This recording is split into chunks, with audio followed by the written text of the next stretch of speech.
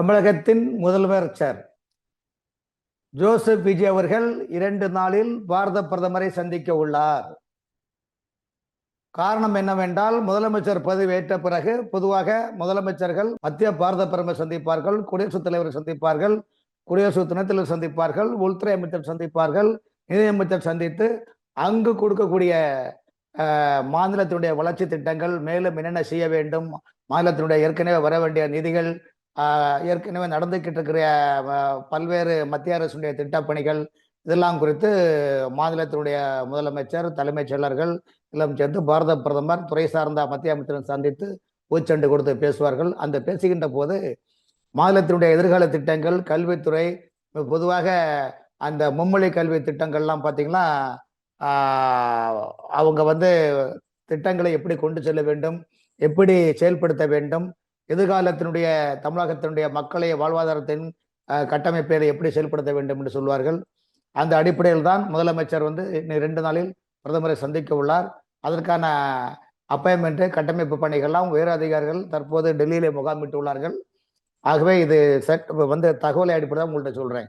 அப்படி இருக்கின்ற நேரத்தில் தமிழ்நாட்டில் உள்ள இன்னைக்குள்ள அரசியல் கட்சிகளும் சரி, உயர் அதிகாரிகளும் ஏதோ ஒரு பிரமை பிடித்தது போல் இருக்கின்ற காரணம் என்னென்றால், எல்லா அரசியல் கட்சியிலுமே போராட்டங்கள், மாநில வளர்ச்சி திட்டங்கள், மத்திய அரசுக்கு எதிர்ப்பான நிலைப்பாடுகள், மாநில அரசுக்கு ஆதரவான நிலைப்பாடுகள், மொழிகள், கல்விகள், எப்படி ஏதாவது ஒரு திட்டத்தை வச்சு போராட்டம் பண்ணி அதன் மூலம் தான் மக்களிடம் இடம் பிடித்து ஆட்சியில் வந்தவர்களும் வராதவர்களும் நிறைய இருக்கிறாங்க.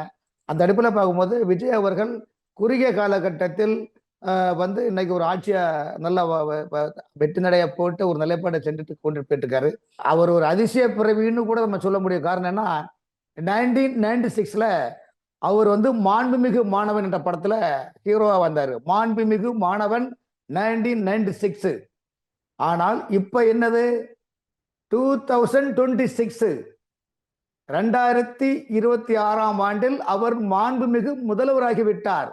எப்படி 1996இல் மாண்புமிகு மாணவன் என்ற படத்தில் நடிகராக கதாநாயகனாக நடித்தவர் இன்று 2026இல் மாண்புமிகு முதல்வன் என்ற ஒரு நிலைப்பாட்டுக்கு வந்துள்ளார். ஆகவே தான் இன்று தாவேக்காவை பொறுத்தவரையிலும் தென்னிந்தியாவில் தனக்கென்று கணிசமான வாக்கு வங்கிகள் உள்ளதால் தற்போது இன்றைய நாளேடுக்குள்ள என்ன சொல்லியிருக்கிறாங்கன்னா, தென் மாநிலங்களில் நாங்கள் காணொலிவதற்கு அழகான கட்டமைப்புகளை நாங்கள் ஏற்படுத்தி கொண்டிருக்கின்றோம் என்ற நிலைப்பாடு உள்ளது.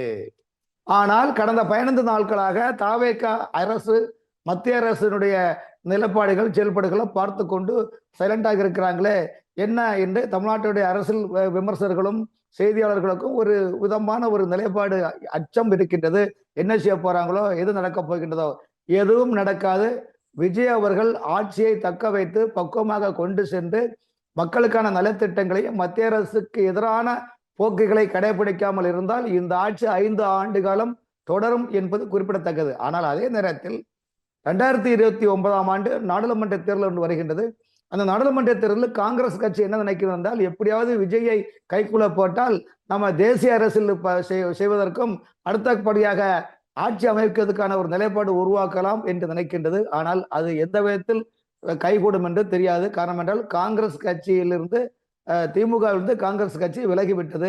அத்தகைய சூழலில் திமுக என்ன மனநிலையில் உள்ளது என்பதும் இன்னைக்கு தமிழ்நாட்டு மக்கள் மட்டுமல்ல, திமுக கட்சி காங்கிரஸ் கட்சியை நம்முடன் கூட்டணி இருந்து கொண்டு இந்த வெளியே சென்று விட்டார்கள் என்ற ஒரு விதமான ஒரு நிலைப்பட்டிருக்கின்றது. அதனால தான் 2 நாளுக்கு முன்னால விட கனிமொழி அம்மையார் என்ன சொல்றாருன்னா, தூத்துக்குடி மாவட்டத்தில் நம்ம கூட்டணி கூட தேவையில்ல, நம்ம தனியா நின்று கூட வெற்றி பெறலாமே. ஏன்னா நம்ம கூட்டணியிலிருந்து ஜெயிச்சுக்கிட்டு அவங்க போய் தாவக்கள் ஆதரவு கொடுத்து பண்றாங்கன்னா அதுல என்ன அர்த்தமாகணும் உள்ள புலம்பல்களும் திமுக வட்டாரத்துல இருக்குது.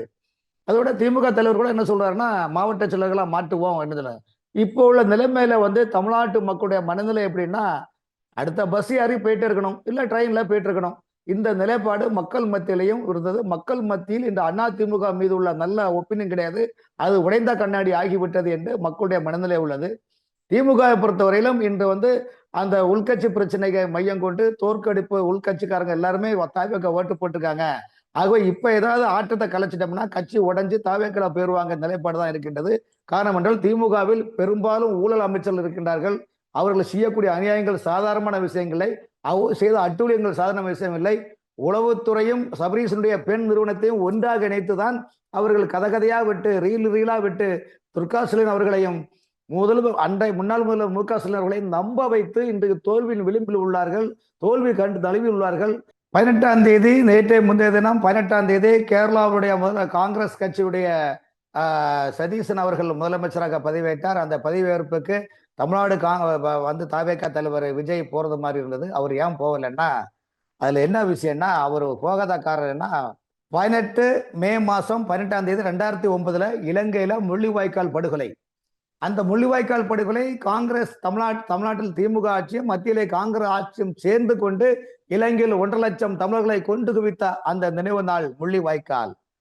ஆகவே அந்த முள்ளிவாய்க்கால் நினைவு நாள் 18 மே மாதம் 2009ஆம் ஆண்டு இருக்கிறனால தான் 18 தேதி 18/5/2024 அன்னைக்கு கேரளாவில் காங்கிரஸ் கட்சி முதலமைச்சர் பதவி எடுத்த அன்னைக்கு போகணும்னா அது தேவையில்லாத தமிழ்நாட்டில் பிரச்சனை வரும். இலங்கை தமிழர்களுக்கு அந்த படுகொலையை ஆதரவு செய்தவர்களுக்கு சாதகமாக இருக்கக்கூடிய ஒரு நிலைப்பாடு உருவாகி விடக்கூடும் என்பதற்காக தான் தமிழ்நாடு முதலமைச்சர் மாண்புமிகு ஜோசப் விஜய் அவர்கள் அந்த கேரளாவில் காங்கிரஸ் முதலமைச்சர் பதவியேற்புக்கு செல்லவில்லை என்பதும் குறிப்பிடத்தக்கது. இரண்டாவது நாள் அப்படி திரும்ப நம்ம போனோம்னா மத்திய அரசுக்கு கோபத்துக்கு நிலவாக கூடும், தமிழ்நாட்டில் மிகப்பெரிய பிரச்சனைகள் உருவாகும், இலங்கையில் ஒரு கொந்தளிப்பு உருவாகும். ஆகவே முதலமைச்சர் தமிழ்நாட்டு மக்களுடைய வாக்குகளை பெற்றுக்கொண்டு முதலமைச்சர் காங்கிரஸ் கட்சி பதவியேற்புக்கு எப்படி செல்வது நியாயமா என்ற கோரிக்கை 2-3 நாளாக வந்து பத்திரிகை செய்தியில் இருந்த நாள் காரணத்தான் முதலமைச்சர் கேரளா செல்வதை அவர் தள்ளி வைத்துள்ளார், நிறுத்தியுள்ளார். அதேனால் இதெல்லாம் மொத்தத்துக்கு தமிழ்நாட்டுடைய எதிர்கால வளர்ச்சி, இந்த ஆட்சியுடைய கட்டமைப்பு எல்லாம் பார்த்தீங்கன்னா கல்யாணம் பண்ணிட்டு மறுபடியும் போவாங்க. அதே போல மாமியார் வீடு மேலிடத்துல டெல்லியில இருக்கிறதுனால அங்க போய் எல்லாரையும் கும்பிட்டுக்கிட்டு எல்லா சேமங்களை விசாரிச்சுக்கிட்டு எல்லா நலங்களை விசாரிச்சுக்கிட்டு திட்டங்களை செய்துக்கிட்டு அவங்க அங்க வரும்போது அடுத்த முறை பிரதமரை எல்லாம் சந்திச்சு தமிழ்நாட்டில் வருகின்ற போது இங்குள்ள ஆட்சியை மையம் கொண்டும் இங்குள்ள கூட்டணி கட்சிகளுடைய விமர்சனங்கள் இதெல்லாம் வைத்துதான் அடுத்த கட்டத்துக்கான ஒரு ஆட்சிக்கு நிலைப்பாடு உருவாகும். அதே போல அதிமுகவில் இருந்து பிறந்து 25 எம்எல்ஏக்கள் அவங்க தாவேக்கு ஆதரவு கொடுத்தாங்க. அந்த ஆதரவுல 5 அமைச்சர்களும் 10 பாதியமும் சொன்னாங்க. எடப்பாடி பழனிசாமி அவர்கள் இரவோடு இரவாக கட்சியில எல்லாம் யார் துணை போனாங்களோ எல்லாம் கட்சியில நீக்கினாங்க. இதனால என்னன்னா அது தாவேக்கா தற்போது இது தேவையில்லாம நிரடலுக்கான ஒரு நிலைப்பாடு உருவாகும். காரணம் அதிமுகவை கூட்டணியில் சேர்த்தாலோ அமைச்சரவை இடம் கொடுத்தாலோ கம்யூனிஸ்ட் கட்சி என்ன சொல்றீங்கன்னா, நாங்கள் உங்களுக்கு ஆதரவு கொடுப்பதை மறுபரிசீலனை செய்வோம் என்ற ஒரு நிலைப்பாடு உள்ளத காரணத்தினால்தான் அந்த அதிமுகவுக்கு தற்போது அமைச்சர் பதவி கொடுக்க மாட்டார்கள் என்பது நிலைப்பாடு. காரணம் என்றால் அமைச்சர் பதவி கொடுப்பதும் கொடுக்காததும் அது ஆளுநர் யோசிக்க வேண்டும், வழக்கு நிலையில் உள்ளது. ஏனென்றால் டிடிவி தினகரனை நம்பி சென்ற 18 எம்எல்ஏக்களுடைய எதிர்காலம் கேள்விக்குறியாகி இன்னைக்கு பதவியெல்லாம் இழந்து நீதிமன்றத்தின் மூலம் பதவி எப்படி இழந்தார்களோ அதே போல் 25 எம்எல்ஏக்களும் பதவி இழக்கக்கூடிய நிலைப்பாடு உருவாகும் என்பது அறிந்துதான் இந்த நேரத்தில் நாம அவங்களுக்கு மந்திரி பதவி கொடுத்து தாவேக்காக பேரை கெடுத்து விடுவதற்கு தாவேக்கா தலைமை விருப்பமில்லை என்பதற்காக தான் அவர்களுக்கும் அதிமுக இருந்து வந்தவங்களுக்கும் இப்போதைக்கு அமைச்சர் பதவி இல்லை என்ற ஒரு சூழ்நிலை தகவல் தாவேக்கா வட்டாரம் சொல்லிட்டு. ஆனால் தாவேக்காவில் பொறுத்தவரையிலும் இன்னைக்கு 107 எம்எல்ஏக்கள் இருக்கிறாங்க. இந்த எம்எல்ஏக்களுக்கு குறைந்தபட்சம் நீங்க பயிற்சி வகுப்பு நடத்துங்க. காரணம் என்றால் இந்த எம்எல்ஏக்கள் யாருமே பேசிக்கலே ஒரு பாரம்பரியமாகவோ ஒரு தாத்தா தலைவரா இருந்து அப்பா மந்திரியா இருந்து அப்பாவுக்கு பிள்ளை ஒரு எம்எல்ஏ இருக்கிறாங்கன்னா ஒரு பரவாயில்ல. ஏன்னா தாவேக்கில் இருக்கிற பெரும்பாலும் தலைவர் எம்எல்ஏக்கள் எல்லாமே புதுசா வந்தவங்க, வேட்பாளர்கள் யாருன்னே இன்னைக்கும் மக்களுக்கு தெரியாது. ஆகவே இது என்னன்னா பல எம்எல்ஏக்கள் தங்களை ஏதோ ஒரு கவுன்சிலர் போலையும் விளையாட்டு பிள்ளை போலையும் சினிமால எம்எல்ஏ வந்தா எப்படி செயல்படுவோம் அந்த மாதிரிலாம் ஒரு கற்பனையை வச்சுட்டு நிறைய இடங்களில் பொதுமக்களுக்கு இடையரான ஒரு நிலைப்பாடு, அங்க போய் பஞ்சாயத்து பண்ணலாமா, இங்க போய் கட்ட பஞ்சாயத்து பண்ணலாமா, அங்க போய் சாப்பிடலாமா, இங்க போய் சாப்பிடலாமா, எப்படி பணம் சம்பாதிக்கலாம் ஒரு நிலைப்பாடுல கற்பனையான ஒரு தவறான ஒரு எண்ணமும் மனசுல வச்சிருக்கிறாங்க பல எம்எல்ஏக்களும் அவருடைய நண்பர்களும். இத்தகைய மேற்றை களைய வேண்டுமானால் எம்எல்ஏக்களுக்கு பயிற்சி பெற்றதை கொடுங்கள், பண்பு பயிற்சி. ஒரு எம்எல்ஏக்கு தொகுதி என்ன, அந்த தொகுதியில் இருக்கிற ஊராட்சி, பேராட்சி, நகராட்சி, மனராட்சி, அந்த தொகுதியில் இருக்கிற கிராம அலுவலர், village office, RI office, taluka office, அந்த தொகுதியில் இருக்கிற பத்திரப்பதிவு ஆபீஸ், அந்த தொகுதியில் இருக்கிற ஆர்டிஓ ஆபீஸ், இப்படிப்பட்ட பலவிதமான ஒரு நிலைப்பாடுகள் மட்டுமல்ல, அந்த தொகுதியில் இருக்கிற பொதுநல சங்கங்கள், அந்த தொகுதியில் இருக்கிற அரசியல் கட்சிகள், அந்த தொகுதியில் இருக்கிற பல்வேறு அமைப்புகள், அரசு பள்ளிக்கூடங்கள் இதெல்லாம் ஆய்வு பண்ணுங்க. பேருந்து நிலையத்தில் போய் ஆய்வு பண்ணுங்க. அரசு பள்ளிக்கூட கழிவுறை சரியா இருக்கின்றதா, அல்லது பேருந்து நிலையங்களில் கழிவுறை சரியா இருக்கின்றதா, குடிநீர் உள்ளதா? ஏனென்றால் தமிழ்நாட்டில் உள்ளாட்சி அமைப்புகள் தான் பேருந்து நிலையங்களில் குடிநீர் வைக்கணும். ஆனா எந்த உள்ளாட்சி அமைப்பிலும் குடிநீர் பேருந்து நிலையத்தில் வைக்கிறது கிடையாது. இரண்டாவது, ஜெயலலிதா அம்மா முதலமைச்சர் இருக்கும்போது அம்மா உணவு 10 ரூபா அம்மா பாட்டு இருந்தது. திமுக ஆட்சி ஒன்னா அம்மா வாட்டர் 10 ரூபா பாட்டில் எல்லாம் களை எடுத்து வீட்டுக்கு துரத்தி குறை போட்டுக்கிட்டு அவங்க நடத்தக்கூடிய கம்பெனி மூலமாக 25 லிட்டரு 25 ரூபா தண்ணி பாட்டிலும் நான் ஏரியா ஃபுல்லா குவாட்டருமா ஒரு மிக்ஸ் பண்ணி குடியான ஒரு நிலைப்பாடு உருவாகி உள்ளது. இன்னைக்கு நீங்க முதல் கட்டமாக தாவேக்க வந்தோம்னா பல ஒயின் ஷாப்பை முடியிருக்கீங்க. மக்கள்கிட்ட நல்ல வரவேற்பு உள்ளது. ஆக அந்த வத்தைய வரவேற்புனா எம்எல்ஏக்கள் தொகுதி வாரியாக ஏற்கனவே தான் சொன்ன அந்த இடங்கள்ல நீங்க ஆய்வு செய்தீங்கன்னா தான் மக்கள் மத்தியில உங்களுக்கு நல்ல பேர் கிடைக்கும். காரணம் என்றால் திமுக அதிமுக ஊழல் கட்சி அவளை கண்டாலே மக்கள் கொதிச்சு போயிருக்கிறாங்க, பயந்து போய் வாழ்க்கையை நடத்திட்டு இருக்கிறாங்க. ஏன்னா எதெடுத்தாலும் அடி தட்டி ஆள் கடத்தல் அந்த மாதிரி நிலைப்படுகிற மக்கள் திமுக அதிமுக எம்எல்ஏக்கள் மட்டும் இல்ல, இந்த எம்எல்ஏக்களுக்கு அந்த நேரத்தில் சாதகமாக பல அதிகாரிகளும் அன்பை போட்டுக்கொண்டு பல இடங்களை உள்ளாட்சித்துறையில அதிகமான நிலைப்பாடு இருக்கின்றது. இத்தகைய நிலைப்பாடை போக்க வேண்டுமானால் தாவேக தலைமை தாவேக எம்எல்ஏக்களுக்கு பண்பு பட்டறை பயிற்சி பட்டறை கொடுத்த வேண்டும். எப்படி மக்களை அணுக வேண்டும், எப்படி அரசு துறை அலுவலர்களை அணுக வேண்டும் நீங்கள் செய்யலாம். அதுக்கு காரணம் ஓய்வு பெற்ற ஐஏஎஸ் அதிகாரி நிறைய இருக்கிறாங்க, ஓய்வு பெற்ற நீதிபதிகள், ஓய்வு பெற்ற காவல்துறையாளர்கள் அல்லது எங்களை போன்ற பத்திரிகையாளர்கள். காரணம் என்றால் 30 ஆண்டு காலம் நான் எல்லாம் பார்த்தீங்கன்னா உள்ளாட்சித்துறை மட்டுமில்ல தமிழ்நாட்டு அரசுடைய அரசியல் கட்டமைப்பு யாரு என்ன எப்படி எந்த ஐஏஎஸ் அதிகாரி எப்படி செயல்படுவாங்க, உயர் அதிகாரி எப்படி செயல்படுவாங்க, எங்கெங்க இவங்க சொத்துக்களை எப்படிலாம் மக்களை ஏமாத்தி பதுக்குறாங்க, இதெல்லாம் அதாவது ஒரு ஆட்சி நன்றாக இருக்க போனால் அந்த துறை சார்ந்த அதிகாரிகள் ஒத்துழைக்க வேண்டும். அந்த ஒத்துழைக்க வேண்டுமானால் ஊழல் இல்லாத நிர்வாகம் வெளிப்படையாக தர வேண்டும். ஆகவே விஜய் அவர்கள் என்ன சொன்னார்கள் என்றால் நாங்கள் ஆட்சிக்கு வந்தால் ஊழல் நிர்வாகம் தருவேன் என்று சொன்னார். அத்தகைய ஊழல் நிர்வாகத்தை களைய வேண்டுமானால் அதற்கு முதல் கட்டமாக முதல் உங்களுடைய எம்எல்ஏக்களுக்கு பண்பு பயிற்சி பற்றை கொடுங்கள்.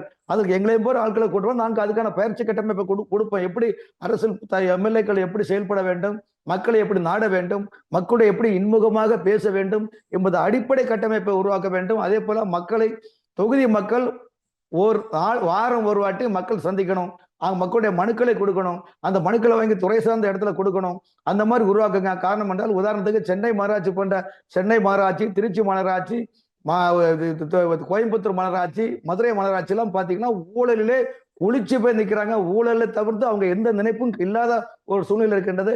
அத்தகைய சூழ்நிலையில் இந்த 5 ஆண்டு காலத்தில் மாநகராட்சி நகராட்சி பேராட்சிகளில் ஒதுக்கீடு செய்யப்பட்ட நிதிகள் முறையாக செயல்பட்டதா என்றால் 100%த்தில் 90% செயல்படவில்லை, ஊழல் தான் செய்து உள்ளார்கள்.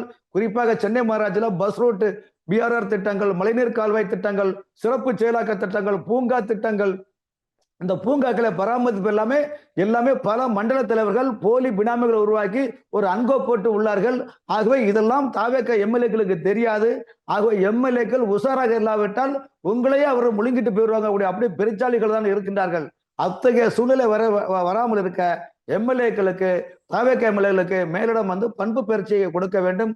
கொடுத்தாதான் ஒரு ஆரோக்கியமான ஒரு நாகரிகமான ஒரு கட்டமைப்பான ஒரு கட்டமைப்பை தாவேக எம்எல்ஏக்கள் உருவாக்கினால்தான் மக்கள் மத்தியில் நல்ல பேர் எடுக்க முடியும் என்பது என்னுடைய ஒரு நிலைப்பாடாக உள்ளது என்பது குறிப்பிடத்தக்கது. நன்றி, வணக்கம்.